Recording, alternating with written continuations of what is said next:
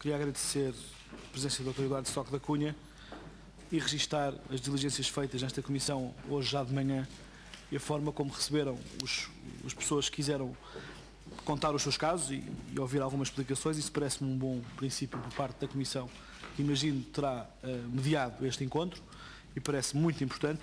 Dr. Stock da Cunha, eu gostava de fazer a primeira pergunta, que é bastante simples, que é: em que estado é que encontrou o banco? E aproveitar também para lhe perguntar se podia resumir a evolução dos depósitos e do volume de crédito conseguido pelo novo banco desde a sua criação e, em particular, ir um bocadinho antes nos depósitos desde junho até agora. Essa informação é muito importante. Eu só lhe posso dar dados relativamente ao novo banco e, portanto, só a partir do dia 4 de agosto, data em que, segunda-feira, em que o novo banco inicia a sua atividade. Eu penso que é do conhecimento público que o novo banco, na altura em que eu assumi funções, vivia uma crise de confiança, não é novidade para ninguém, tinha uma situação de alguma desmotivação interna da parte dos seus trabalhadores e tinha dificuldades de liquidez. O que lhe posso dizer é que o ponto mínimo, creio eu, que terá sido atingido mais ou menos entre final de setembro e início de outubro, e daí para cá aquilo que posso dizer é que já recuperámos bastante em termos de depósitos, recuperámos cerca de 4 bilhões de euros de depósitos, ou 4 mil milhões, como se diz na terminologia portuguesa, e portanto neste momento o novo banco tem uma situação em termos de liquidez muito razoável. Não estamos já, digamos assim, na fase dos cuidados intensivos, mas como banco de transição que somos, estamos sempre, como eu costumo dizer, na sala de observações. E temos neste momento bastantes mais depósitos, cerca de mais de 5% do que tínhamos no início da nossa atividade no dia 4 de agosto. Portanto, o que estamos é numa situação, como eu dizia, bastante razoável e sem qualquer tipo de problemas em termos de liquidez, o que é uma situação que me apraz registar e que é a função dos clientes que temos, que confiaram em nós, e de todos os trabalhadores do banco. Tem tido uma atuação notável a esse nível. Para nós é útil saber se poderá quantificar esses depósitos a 4 de agosto, final de setembro e no final do ano. Eu não tenho aqui os números de cor e, além disso, logicamente não posso dar total informação, uma vez que as contas não estão publicadas, nem relativas ao final de setembro, nem relativas ao final de dezembro. Só posso referir as contas relativamente a 4 de agosto, o balanço de abertura, que não, nem sequer são contas, é o balanço de abertura. O que lhe posso dizer é que há uma descida de depósitos entre 4 de agosto e final de setembro, importante, e depois há uma recuperação muito, muito importante até ao final do ano. E aquilo que existe de final de dezembro relativamente a 4 de agosto é mais ou menos mais 4, 5%. Nós já tivemos acesso a vários números que são diferentes. A 4 de agosto pode-nos dizer qual é que era o volume de depósitos? Precisar. Tenho aqui, já lhe digo se não se importa. Posso ver no balanço de abertura o total, como nós chamamos, de recursos de clientes no balanço de abertura, que inclui depósitos e outros. Os depósitos, exatamente, já lhe vejo quanto é que. Tínhamos 27,3 no consolidado, porque sabe, há outros passivos que equivalem como acordos de recompra e, portanto, não tenho aqui o número correto, o número exato, peço desculpa, mas já vou tentar ver qual é. Pronto. É quase o mesmo, 27,3, 26,8.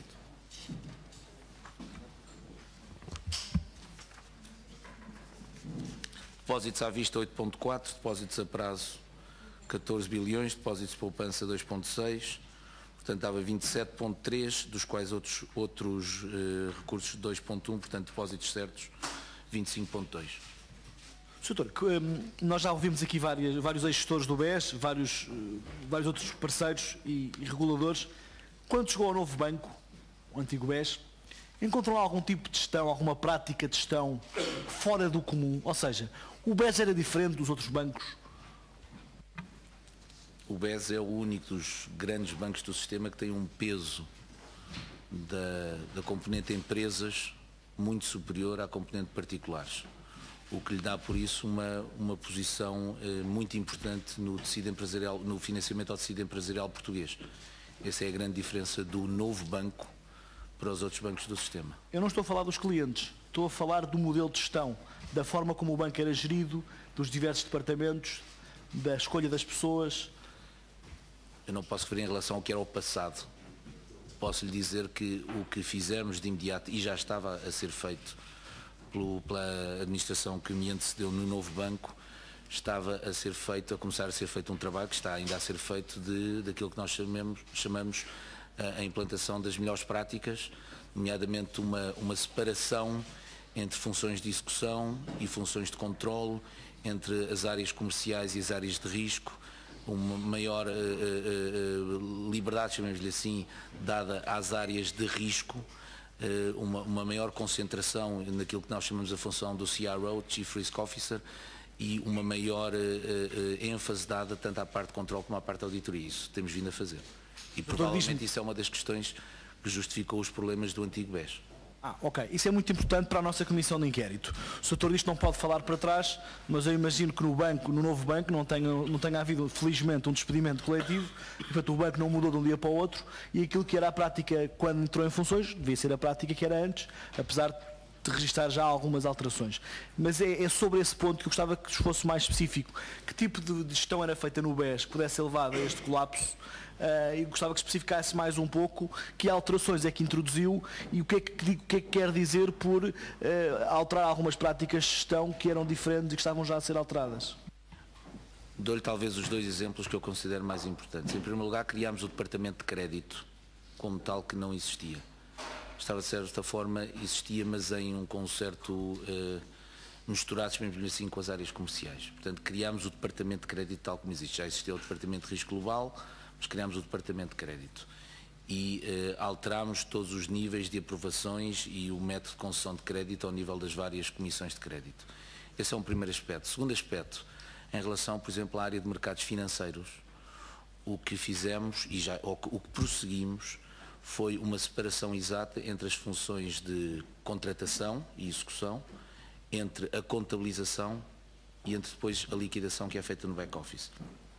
Em vez de funcionar tudo como um todo, hoje em dia as operações são contratadas na tesouraria, são contabilizadas na contabilidade, uma área totalmente diferente, e as confirmações dessas operações são feitas na área de operações do back-office, que também é outra área completamente diferente, e portanto temos a segregação de funções tal como ela deve existir, quando no passado também existiam estas funções, mas estavam todas debaixo do mesmo chapéu de chuva, na tesouraria. Portanto, isso é uma alteração muito relevante e muito importante. Portanto, se me permite, a criação da área do departamento de crédito, como ele existe, o que dá de facto uma maior segregação entre as áreas comerciais e as áreas de risco, e por outro lado a segregação, como eu dizia, entre a contratação, a contabilização e a liquidação, que é fundamental numa instituição financeira. Pode dizer que havia alguma promiscuidade entre o crédito e a parte comercial? Posso dizer que um banco que tem um nível de crédito vencido importante, como tem o novo banco e que herda do seu antecessor, mereceria seguramente ter melhores práticas de crédito que nós temos vindo a implementar.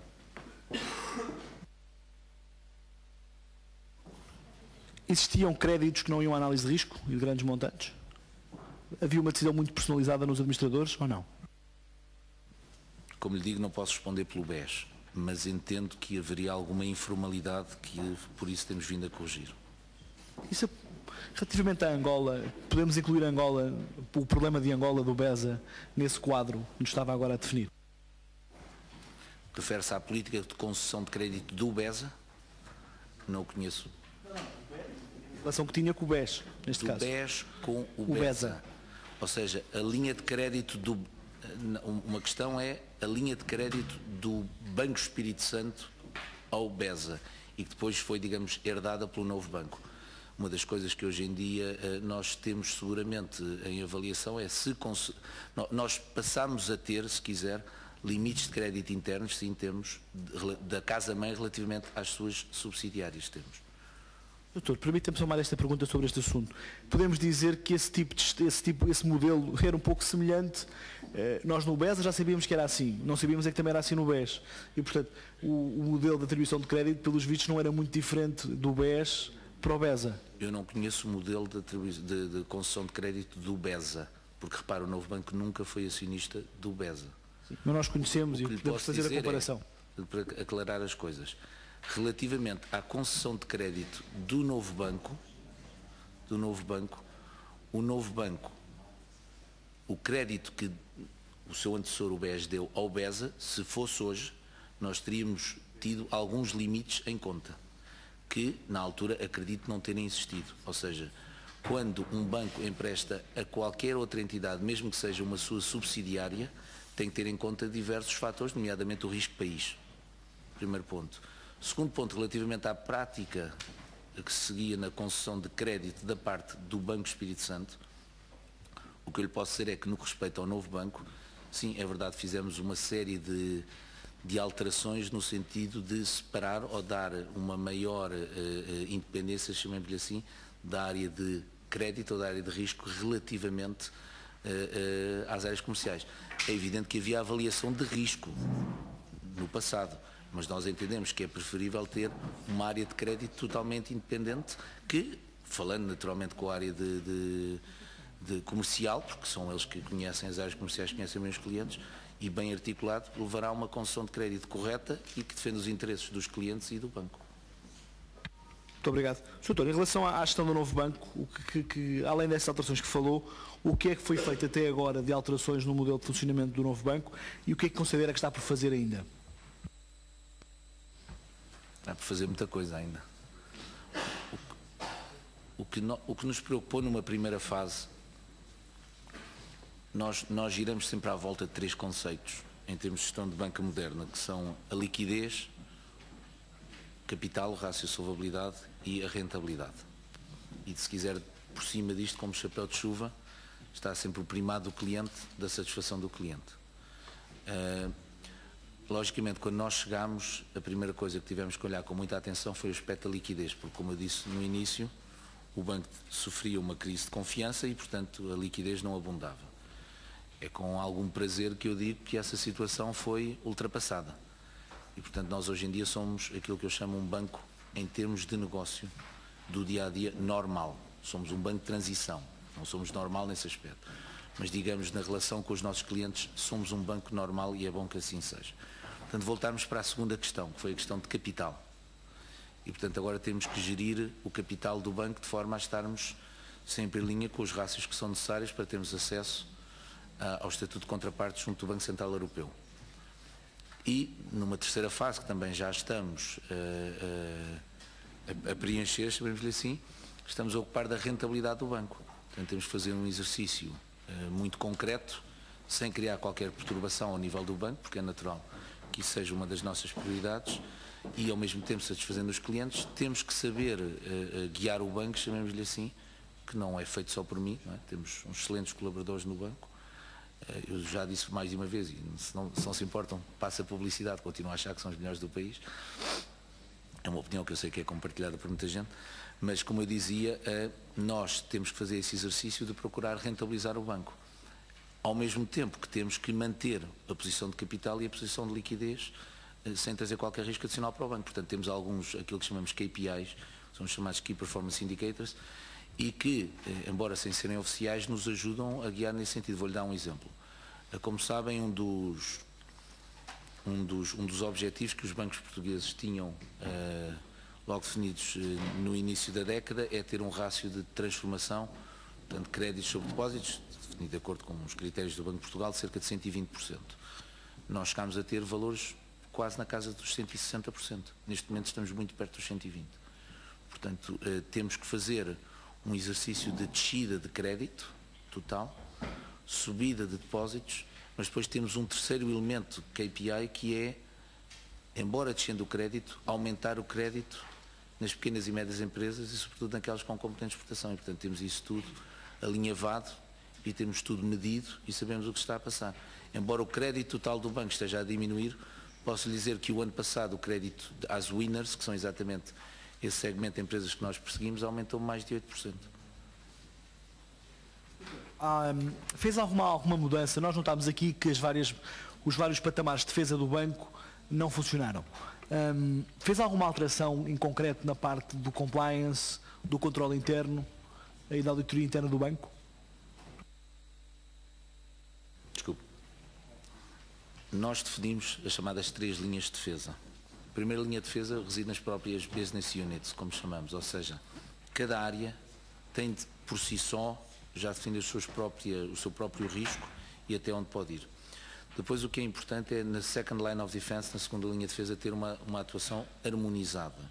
E portanto o que fizemos foi, dentro dos conceitos da prática ou dos conceitos de banca moderna, definir um conceito de Chief Risk Officer que tem debaixo todo o conceito de risco, não apenas o tradicional risco de crédito e risco de mercado, mas também o conceito hoje em dia de risco operacional, que é muito importante, e chamado Conduct Risk, portanto o risco de condução dos negócios de acordo com as melhores práticas. E portanto a área de compliance passou a reportar ao chefe de risco, que é um colega meu da administração, Dr. Vítor Fernandes. E finalmente a terceira linha de defesa, que é a auditoria, reporta diretamente a mim. E tem também um reporte funcional ao Conselho Fiscal. Portanto, com estas três linhas de defesa, ao nível das business units, em primeiro lugar, em segundo lugar, ao nível do Chief Risk Officer, em terceiro lugar, com a terceira linha de defesa da auditoria reportando diretamente a mim, e em termos funcionais ao Conselho Fiscal, penso que temos digamos, uma arquitetura já bastante capaz, sobretudo se somada àquilo que referi no início, uma área de crédito independente de uma área comercial e a segregação de funções entre isso, contratação, contabilização e confirmação junto às contrapartes. Muito obrigado, Sr. Uma das formas que o novo banco utilizou para atrair novos clientes e para poder recuperar o nível de depósitos, aliás, isto vem na imprensa e há alguma publicidade do banco, diz que o banco praticou juros quase o dobro de alguns outros bancos e dos seus concorrentes, e terá sido até o triplo da taxa média praticada em Espanha, segundo uma notícia do Jornal de Negócios. Confirma estes valores, ou seja, esta política agressiva do banco, e se isto é sustentável? O triplo não confirmo. Que queríamos recuperar os clientes que tinham saído, sim, e portanto fizemos uma atuação proativa, mas pelos nossos estudos e tínhamos vários elementos nesse sentido que estavam de acordo com aquilo que está previsto no quadro legal vigente. E a parte da sustentabilidade, talvez a melhor resposta que eu tenho para lhe dizer foi, neste momento é evidente que já não damos essas taxas. Porque numa primeira fase, em que havia uma confiança perdida, era necessário atuar por via do pricing. Numa segunda fase, já podemos conciliar o pricing com a confiança. E como eu lhe dizia, o aspecto, penso eu, que mais me agrada na situação atual é que já podemos começar a atuar com base na confiança que o banco merece dos seus clientes. Portanto, neste momento já não oferecemos nem pensar as taxas que referimos que referiu e que estavam em vigor até há 1, 2 meses. Soutor, na sua opinião, qual é o valor mais importante de um banco? As pessoas. Os clientes ou os colaboradores? As pessoas, porque as pessoas trazem os clientes. Ou seja, pode dizer as duas coisas. Só com boas pessoas tenho bons clientes. Para ter bons clientes preciso ter boas pessoas. A única vantagem competitiva numa indústria madura como a banca, a única vantagem competitiva sustentável são as pessoas. Se eu amanhã tiver muito boas pessoas e não tiver clientes, demorará uma geração, mas vou buscá-los. Se tiver muito bons clientes e as pessoas forem substituídas por os trabalhadores maus, perco os clientes em meia dúzia de dias. Ouvi aqui vários administradores do BES dizer que o ativo mais importante do BES, do anterior BES, eram precisamente os clientes. E eu não podia deixar de fazer esta pergunta, que é talvez a pergunta mais importante, talvez, desta audição. O Soutor considera, como qualquer bom banqueiro, que o mais importante são as pessoas e os clientes. E, de facto, há uma situação que o Soutor conhece bem, hoje tive a oportunidade de conhecer algumas pessoas com o mesmo problema, que tem a ver com o papel comercial. Ainda há poucos dias o presidente da CMVM, Carlos Tavares, dizia que não percebia porque é que as entidades não pagavam primeiro a essas pessoas que foram enganadas com o papel comercial. Foi feita uma provisão de 700 milhões de euros. Gostava de perguntar onde é que está esse dinheiro e para que é que vai servir esse dinheiro, e se de facto o novo banco sente responsabilidade nesta matéria, e já agora que explique porque é que não tem responsabilidade nesta matéria, se essa é a sua opinião, como recentemente deu a entender.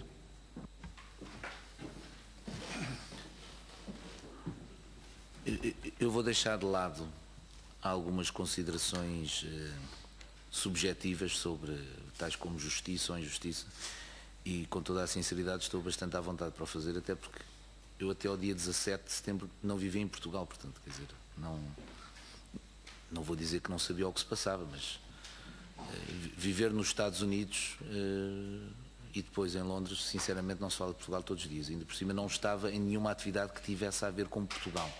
Se me dissesse que eu estava num banco português, não fazia negócios com Portugal, portanto estou bastante à vontade sobre isso. E vou deixar de parte alguns aspectos, referiria apenas que é evidente que me preocupa muito a situação que está em jogo. Preocupa-me muito, sobretudo, relativamente às pessoas em causa, mais do que relativamente à instituição. E, portanto, não queria deixar de dizer isso. Mas eu penso que estou aqui na qualidade de Presidente do Novo Banco. E, como tal, o que é que eu tenho a dizer sobre esse assunto? E, felizmente ou infelizmente, para o caso não interessa, a lei é clara, e diz, relativamente à resolução, que não passou para o Novo Banco, e há aqui um aspecto que é importante considerarmos. O BES ainda existe. Talvez a melhor forma de explicar é, ainda existe uma entidade com o número de identificação fiscal, com o cartão de pessoa coletiva que existia no princípio do ano, no dia 30 de junho, continua a existir hoje, dia 10 de fevereiro, o BES, certo? Portanto, o que foi criada uma nova entidade para onde foram transferidos alguns dos ativos e dos passivos e dos elementos extrapatrimoniais e dos ativos sob gestão para essa entidade chamada Novo Banco. O que aconteceu foi transferida a grande maioria, mas o BES ainda existe. E a medida de resolução é muito clara, e diz que não passou para o Novo Banco, permaneceu no BES, quaisquer obrigações, garantias, responsabilidades ou contingências assumidas na comercialização, intermediação financeira e distribuição de instrumentos de dívida emitidos por entidades que integram o Grupo Espírito Santo. Portanto, não vou fazer nenhum juízo qualitativo sobre a justiça ou injustiça deste ponto, que é claro, mas este ponto ficou no BES. E, portanto, o Novo Banco não tem qualquer responsabilidade, que fique claro, não tem qualquer responsabilidade sobre o ponto de vista legal sobre o papel comercial. Ponto número 2, e penso que isso foi esclarecido também pelo Dr. Luís Máximo dos Santos a semana passada aqui. Nenhuma provisão existe no Novo Banco para o papel comercial. Não existe. O balanço de abertura não tem nenhuma provisão. As pessoas perguntam, mas no dia 30 de junho estavam no BES essas provisões e, portanto, não passaram para o Novo Banco. Certo? Portanto, não existe nenhuma obrigação legal do Novo Banco pagar o que quer que seja relativamente ao papel comercial. A primeira responsabilidade, a responsabilidade primária de pagamento, compete aos emitentes, como não podia deixar de ser. A segunda responsabilidade, se por acaso tivesse havido má comercialização, também está aqui na medida de resolução, competiria ao Banco Espírito Santo, que é onde estão as provisões. Dir-me-á, mas o Banco de Portugal não vai, o Banco Espírito Santo, desculpe, não vai conseguir honrar esse eventual pagamento pela má comercialização, porque não vai ter ativos. Foi pelo menos aquilo que transmitiu o Dr. Máximo dos Santos, mas logicamente ao BES terá que responder o Dr. Máximo dos Santos. Então o que é que nós podemos tentar fazer? De acordo com aquilo que foi definido pelo Banco de Portugal na reunião do Conselho de Administração dia 14 de agosto. Sujeito a uma série de condições muito difíceis de cumprir, já posso explicar, nós podemos, por razões de natureza estritamente comercial, compensar os clientes se isso traz, numa análise de relação custo-benefício por cliente, vantagens para o banco. É tão só, portanto, isto significa o mesmo que lhe dizer que um cliente que eventualmente teria um papel comercial de 100.000 euros e que nós quiséssemos compensá-lo em 50.000, temos que arranjar uma justificação como é que esse cliente vai gerar ao banco rendimentos de 50 mil euros no futuro, porque o Conselho de Administração do Banco de Portugal foi muito claro ao dizer que essa compensação não pode pôr em causa, ou não tem que, na melhor das hipóteses, ser neutra em termos de liquidez do banco, de posição de capital do banco e de rentabilidade do banco. Portanto, é uma equação bastante difícil de resolver. Eu tive, como referiu o Sr. Presidente da Comissão Parlamentar de Inquérito, a conversar há pouco, nós precisamos de algum tempo, porque esta situação não foi só para o papel comercial, como sabem, começou com uma série de produtos, de obrigações próprias. Tenho o prazer de dizer que essa situação já foi resolvida, eram bastantes clientes também, e era um montante superior ao montante do papel comercial, eram mais clientes que os clientes do papel comercial, chamadas séries comerciais e OSTs e GDCs, são os nomes técnicos, mas resolvemos mais de 90% desses casos. Estamos a falar de 8 ou 9 mil clientes. Temos agora uma segunda fase ainda com uma outra questão de ações preferenciais, que vamos tentar resolver, que é mais difícil, e depois vamos ver o que conseguimos fazer no papel comercial. Mas que fique claro, o banco não tem nenhuma obrigação legal, o banco só pode compensar os clientes se após uma análise custo-benefício isso for possível de ser feito sem impactar nos rácios, sem impactar em termos negativos nos rácios de liquidez, de capital e de rentabilidade do banco. E, portanto, a situação, como eu dizia, não é fácil. Doutor, qual é que é o montante total que estamos a falar?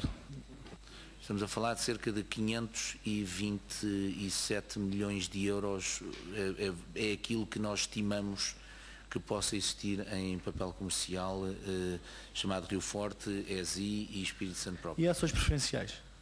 As ações preferenciais, como falou, estamos na casa dos 800 milhões de euros. E quanto é que já resolvemos? Resolvemos cerca de 1.300, 1.400 milhões de euros. Em mais de 90%. 1.300, 1.400 milhões de euros com as OSTs, séries comerciais, OSTs quer dizer operações sobre títulos, séries comerciais e GDCs. Mas e a responsabilidade não era a mesma? Não. Pode explicar, é importante que explique. Posso, no caso das OSTs, das GDCs e das séries comerciais, o que estava em causa eram obrigações sénior não subordinadas do banco. Doutor, há pouco dizia e vai... Portanto, já agora um aspecto, é uma dívida do banco. O banco honraria sempre esses compromissos, simplesmente podíamos estar a falar de obrigações com vencimento em 2048. E o que estava em causa era se os clientes poderiam vender as obrigações só em 2048 ou antes dessa data. No caso do papel comercial é diferente, o emitente não é o banco. Nem sequer é o Banco Espírito Santo, são outras entidades. Doutor, o BES já não tem balcões. As pessoas, quando olham para o seu banco, é o novo banco e, portanto, não há balcões do BES pelo país todo. Há sim do novo banco. E, portanto, estas pessoas que foram prejudicadas, quando se dirigem a um banco, vão de facto ao novo banco, porque é essa a rede comercial que lhes vendeu, que eles conhecem. As moradas são as mesmas. E estas pessoas vieram falar connosco. Nós ouvimos vários grupos já de lesados do BES. Conhecemos vários casos de pessoas a quem já foi proposta uma negociação. Eram os valores mais altos, pessoas com meio milhão de euros, com 1 milhão de euros. Pode-se dizer que há aqui um tratamento diferenciado do ponto de vista comercial, porque são clientes mais importantes para o banco, ou são situações diferentes? Não tenho conhecimento de nenhum caso relativamente ao papel comercial, se é o que eu entendo, em que o banco tenha dito aos clientes que está disposto a negociar. Nós neste momento ainda não estamos nessa fase, portanto honestamente não sei onde, não tenho essa informação. Mas que fique bem claro, como eu lhe disse há pouco, apesar de nós não termos obrigação legal e apesar de não termos provisões, nós estamos incessantemente à procura de uma solução que, como eu disse desde o princípio, não é fácil. Mas como eu dizia, não tem conhecimento, o banco não tem nenhuma política neste momento de proposta de reembolso. Reembolso não pode ser, porque o reembolso tem que ser feito pela entidade emitente, mas digamos assim de compensação por razões de natureza estritamente comercial aos clientes que comprar um papel comercial. E há também que enquadrar, eu como digo, nós temos que olhar para o drama humano das pessoas, mas temos que entender que o que se passou foi uma situação ao nível do Banco Espírito Santo, uma situação grave e que comportava um risco sistémico muito grande. Nós temos que ter consciência disso. O banco tem quase 2 milhões de clientes e eu, uma vez mais, não quero deixar de referir que entendo perfeitamente o lado humano, mas no papel comercial estamos a falar de menos de 2.500. cada caso é um caso, e eu sei que há casos difíceis, 2.500 clientes, ok? Num banco que tem 2 milhões de clientes. Portanto, isto é um cobertor, não é? Quando puxamos de um lado, quando queremos tapar a cabeça, deixamos os pés a descoberto. Dir-me-á, haveria uma solução para isto? Pois, se tivéssemos todos 10 mil milhões de euros, provavelmente o assunto estava resolvido, mas não temos. Ficamos com a sensação que os pequenos investidores é que ficaram com a parte dos pés de fora da cobertura. Mas, não sei, e como lhe digo, não quero especificar caso a caso, mas a subscrição mínima de papel comercial era 50 mil euros no caso da Espírito Santo Property e 100 mil euros nos outros casos. Portanto, temos que atender a todos estes aspectos. Refiro-me ao papel comercial. Só mais uma pergunta não no sobre caso das OSTs e das séries comerciais. Papel, nas ações preferenciais, quantas pessoas são? São mais. Estamos a falar de 6, 7 mil. Doutor, tendo em conta que estas pessoas do papel comercial, é óbvio que há muita gente que investe 100 mil euros e que investe 50 mil euros, mas há muitos casos de pessoas que não têm, porque estas eram as suas poupanças e, portanto, são situações muito dramáticas, não são investidores dos habituais, são investidores muito conservadores e portanto, pode-nos dar a garantia, então, que pelo menos o novo banco se vai empenhar em tentar encontrar uma solução a médio prazo para estas pessoas. Essa garantia essas pessoas podem ter? As pessoas não têm a garantia que o novo banco se vai empenhar. As pessoas têm a garantia que nós temos vindo desde há meses a estudar, mas como Roma e Pavia não se fizeram num dia, o que nós começámos foi, como dizia o Presidente Lula, por tentar resolver o possível e depois iremos ver se conseguimos resolver o impossível. Ou seja, como lhe disse, já resolvemos o problema de cerca de 7, 8 mil clientes com as OSTs e com as séries comerciais, como dizia, GDCs. Depois tentaremos agora resolver o problema das ações preferenciais e simultaneamente estamos a ver se resolvemos o problema. Portanto, não nos vamos empenhar. Estamos totalmente empenhados em tentar encontrar uma solução. Não sabemos quando, como e qual será e se será. Não sabemos. Se eu soubesse, já tinha resolvido. Doutor, o Presidente Lula, em termos financeiros, já não é bem o que as pessoas julgavam, portanto não é uma boa referência. Mas que tipo de soluções é que pode estar a pensar, do ponto de vista, para resolver este problema, sem que isso afete a liquidez do banco? Nós não precisamos de considerar que as pessoas são perfeitas para conseguir extrair o que há de melhor nelas, não é? Portanto, isto é como os jogadores de futebol, não é? Pode-se conseguir arranjar um bom avançado onde não é bom guarda-redes. Nós, como lhe dizia, não é só uma questão de liquidez, porque se fosse a questão de liquidez, eventualmente até é mais fácil, porque se o cliente tinha um papel comercial com dinheiro investido numa empresa, eventualmente até poderia transformar esse papel comercial numa situação que seria neutra em termos de liquidez e que ficasse no balanço do banco. Como eu lhe dizia, o papel comercial não está no balanço do banco. O problema maior é em termos de capital e em termos de rentabilidade. Como é que eu vou conseguir encontrar uma forma de ultrapassar essa situação? E como digo, estamos empenhados em fazê-lo, estamos. Já arranjámos uma solução? Não. Temos algumas ideias? Temos.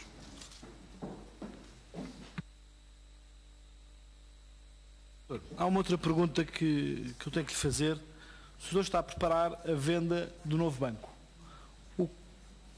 Certo? Não. Não sei. Não? Quem então, está a preparar a venda do novo banco é o dono do novo banco. Se o senhor é o gestor do novo banco... Eu sou apenas um gestor do novo banco. Ok, há uma pergunta que eu tenho que fazer, porque nós recebemos várias queixas e vários alertas. Há uma pergunta que parece relevante e se me responder que sim, gostava que respondesse também qual é a vantagem disso. O setor no contrato que tem para gerir o novo banco, tem ou não tem uma success fee da venda do novo banco? Não tem. Obrigado. Doutor, o que é que nos pode dizer, qual é o perfil do comprador desejável para o novo banco? Aquele que for definido pelo Fundo de Resolução. Mas recebeu ordens específicas para fazer algum tipo de diligências internas e de preparação do banco?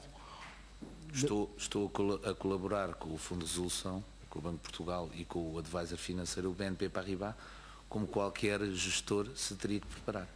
Ou seja, qualquer informação que vá ser publicada relativamente ao banco, também o novo banco deverá colaborar, mas o novo banco não tem qualquer papel na escolha dos critérios que definirão quem comprará e quando um novo banco e do possível nome que será, digamos,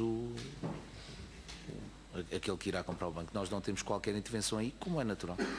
Nós gerimos o banco, nós fomos muito claros e no dia em que eu tomei posse, a primeira coisa que fiz foi reunir-me com os quadros de primeira linha do banco e no dia seguinte enviar um comunicado a todos os trabalhadores do banco em que disse muito claramente que a nossa missão não era andarmos a discutir a venda do banco, que não nos competia a nós.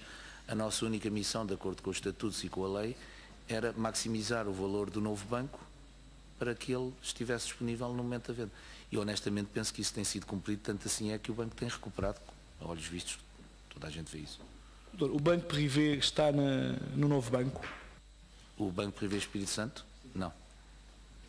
Nós recebemos muitos relatos de clientes cujo perfil de investidor foi alterado por colaboradores do banco, por gestores de conta e também pelo Privé, que era recomendado pelos balcões do BES.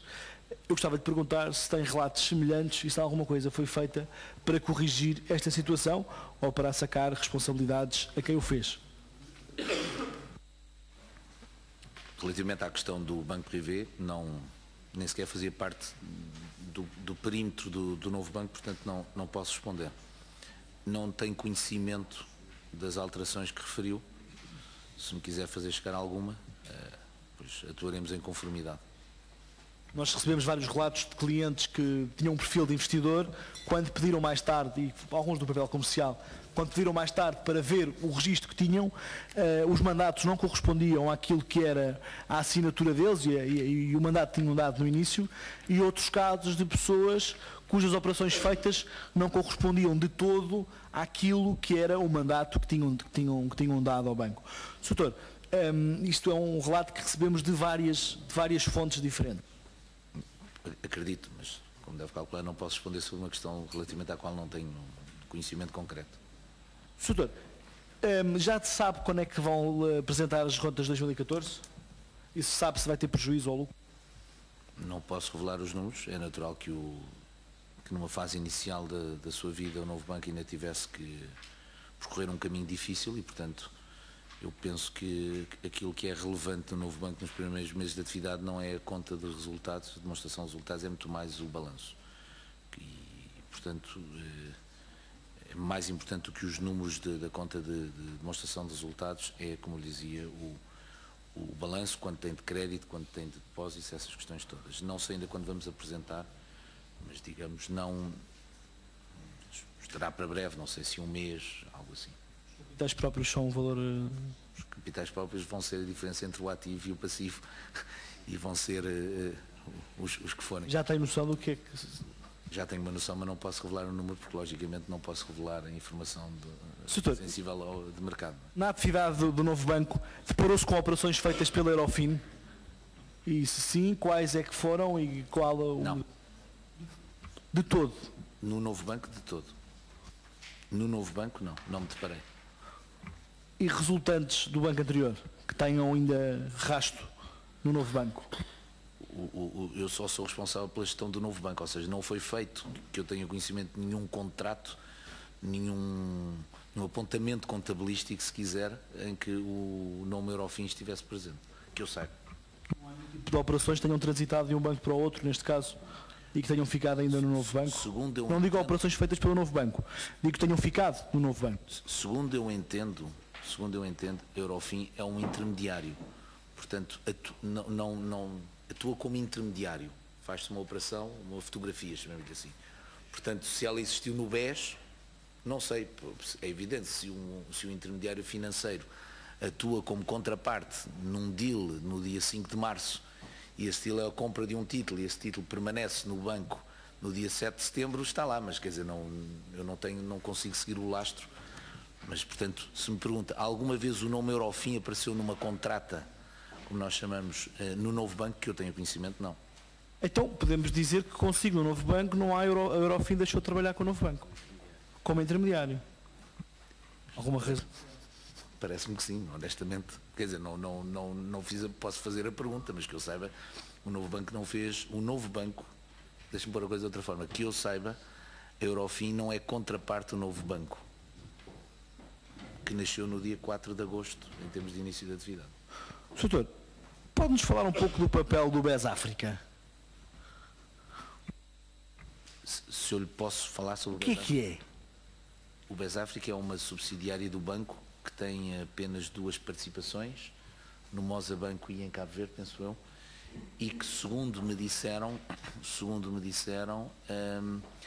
era um veículo, no bom sentido da palavra, que seria utilizado, ou que quando foi criado, tinha em mente a criação, digamos, de uma subholding ou de uma holding para subsidiárias ou negócios do antigo Banco Espírito Santo em África, e que seria futuramente cotada. Penso que seria isso.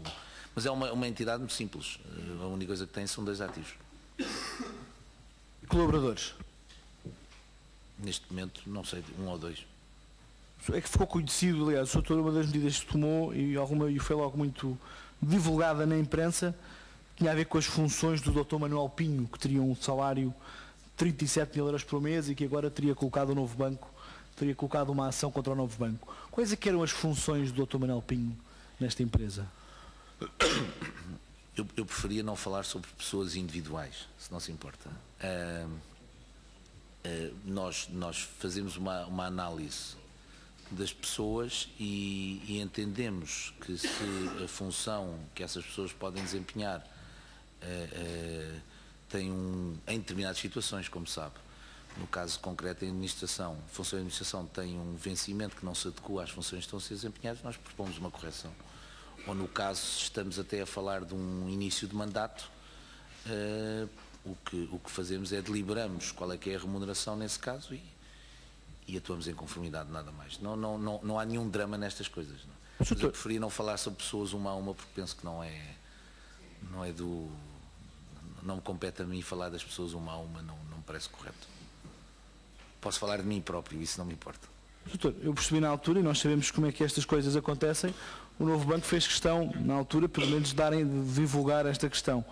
Eu pergunto-lhe se havia mais casos deste género no novo banco. Se venham eles onde vierem.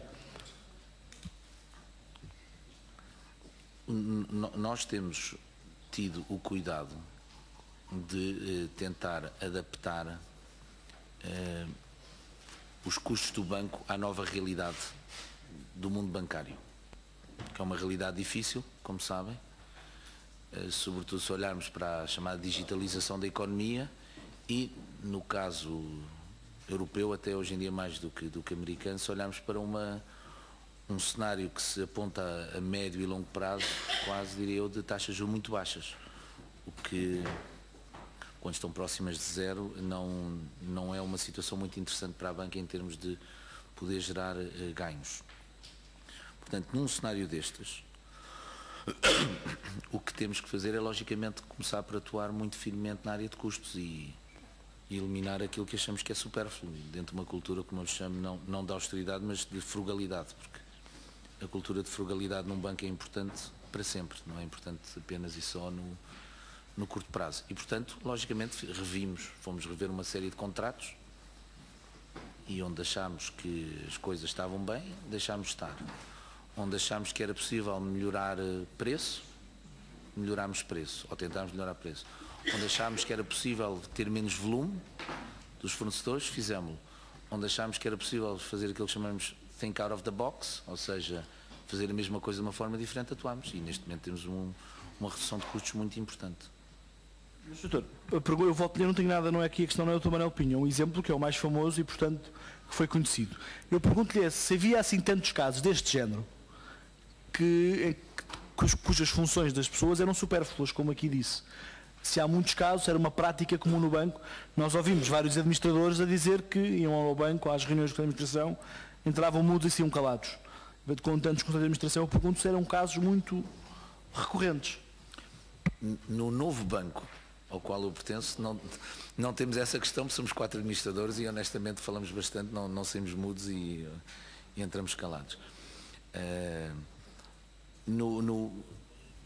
Eu não vou particularizar situações de pessoas. Eu não quero nomes, não é isso que eu estou a perguntar. Se quiser dizer nomes, diga. Não, quero saber se havia mais casos. O que eu digo é, quando digo casos, eu não particularizo entre casos mais ou menos mediáticos. É evidente, se me disser, há uma entidade que estava a fazer tinha um contrato de advisory sobre negócios potenciais, estou a teorizar, no Médio Oriente. Eu fiz as contas e disse, porque é que temos um contrato com... E chegámos lá e dissemos, muito obrigado, nós estamos interessados neste contrato e vimos se era possível anulá-lo. Se por trás estava ou não estava uma pessoa mais ou menos mediática, para dizer a verdade, não me interessa absolutamente nada. A mim o que me interessa é porque é que eu estou a pagar 150 mil euros quando não vejo nenhum benefício com isso. Se por trás está uma pessoa conhecida ou não conhecida, isso para mim é totalmente irrelevante.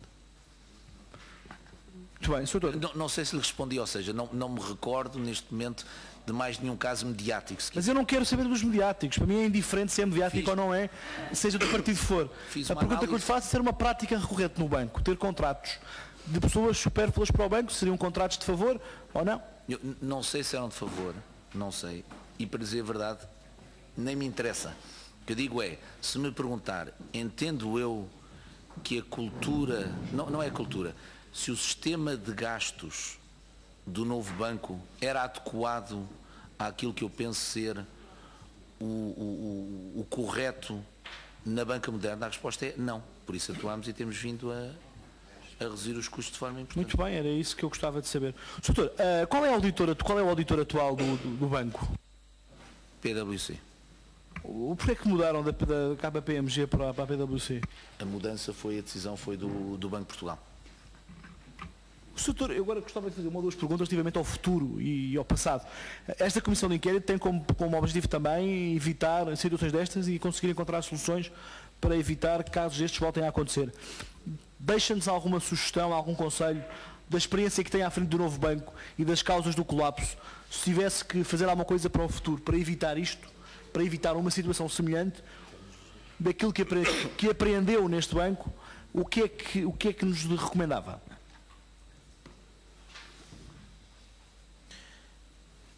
Talvez olhar um pouco para o futuro e dizer que, visto de fora, aquilo que se passou foi logicamente grave, mas eu acho, visto de fora, que se tomou num período de tempo muito reduzido, se tomaram decisões muito corajosas e, portanto, qualquer análise sobre a bondade das medidas tomadas deve ter em conta este facto. Isto é um bocadinho como aquele programa do dia seguinte em que é fácil ver se o árbitro errou ou não errou. Nós temos que pensar que as pessoas que atuaram fizeram seguramente o seu melhor e, como lhe digo, num período de tempo muito, muito reduzido.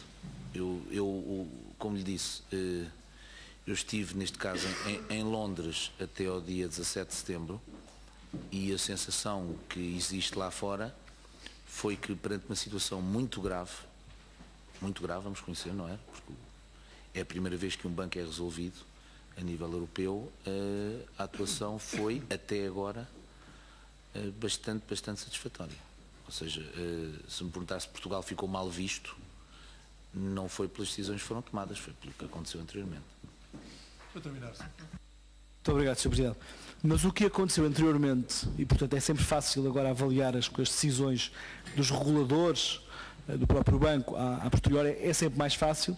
E eu, para terminar, gostava de lhe perguntar o que é que alterava na legislação, o que é que alterava na regulação que possa evitar que estes casos ocorram, como os conglomerados mistos, como, por exemplo, a promiscuidade que há entre as auditoras e os clientes, se, por exemplo, o facto das auditoras serem escolhidas pelo Banco de Portugal e terem um sistema de rotatividade pelos bancos, se poderia ajudar a aumentar a eficácia do seu trabalho.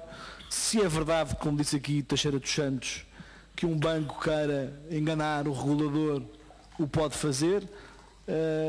Eram questões destas que eu gostava que me desse a sua opinião, porque a sua opinião é relevante para esta comissão de inquérito. Muito obrigado. Eu acho que o quadro legislativo atual é bastante capaz para encarar situações futuras semelhantes àquelas ou similares que possam ter acontecido. Neste momento o quadro legislativo que temos é bastante completo, penso eu. Agora é pô-lo em prática. Muito obrigado. Sr. Deputado João Galamba, faz favor.